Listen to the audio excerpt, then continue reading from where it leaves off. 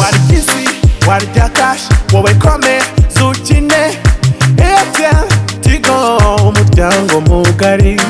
turaguha amafaranga nawe utera imbere ohereza rimwe kuri rimwe gatanu nagiye muri message nandika rimwe neza kujana 55 wako wabikoze inshuro zingana nakoresheje amafaranga 2000 ariko numva haragiye 1950 haje amafaranga 1950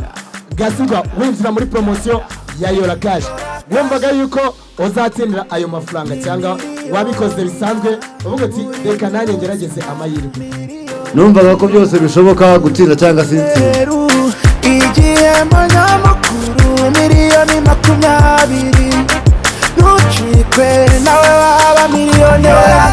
wagura inka wagura inzu wagura imodoka Yola Cash kurya itanu wahinduka miliyoneri Yola Cash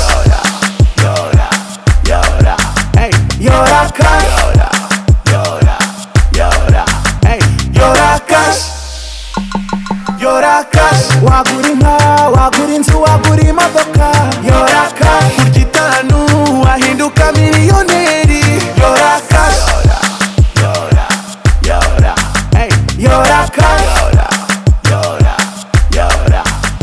Gasigwa Jean-Pierre ukira muri iyi promotion ya Airtel Tigo Yola Cash wakoresheje amafaranga angahe 1950 1950 Gasigwa Jean-Pierre niki wabwira abanyakirehe bateranye bitabira iyi promotion ya Airtel Tigo Yola Cash cyo nabwira nuko bakina wenda nabejo yaba uyu munsi nayange ejo nayabona none Gasigwa tubwiye ukina muri promotion ya Airtel Tigo Yola Cash wabigenzaga gute najyaga muri message nkandika rimwe nkweza kujana 55 ajyaga muri message ukandika rimwe ukoreza kujana 55 Gasigwa ayo mafaranga ugiye kuyakoresha iki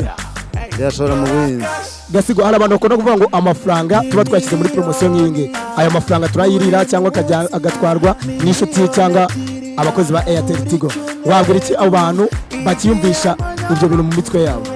cyo nabwa nuko nta muntu numwe muri Airtel wamuziranye usije ku kintu ukabona barwame kuri televiziyo wagura inka wagura inzu wagura biroroshye akakanya igiceri cy'ijana cyonyine cyahindura ubuzima bwawe jya muri telefone yawe wandike rimwe wereze ku 55 cyangwa ugure ukanda akanyenyeri 155 ugure pack za Yola Cash ibyitanu byaguhindurira ubuzima niryo ukeneye ngo Yola Cash na Airtel Tigo andika umubare rimwe wohereze ku 155 cyangwa uhamagare 155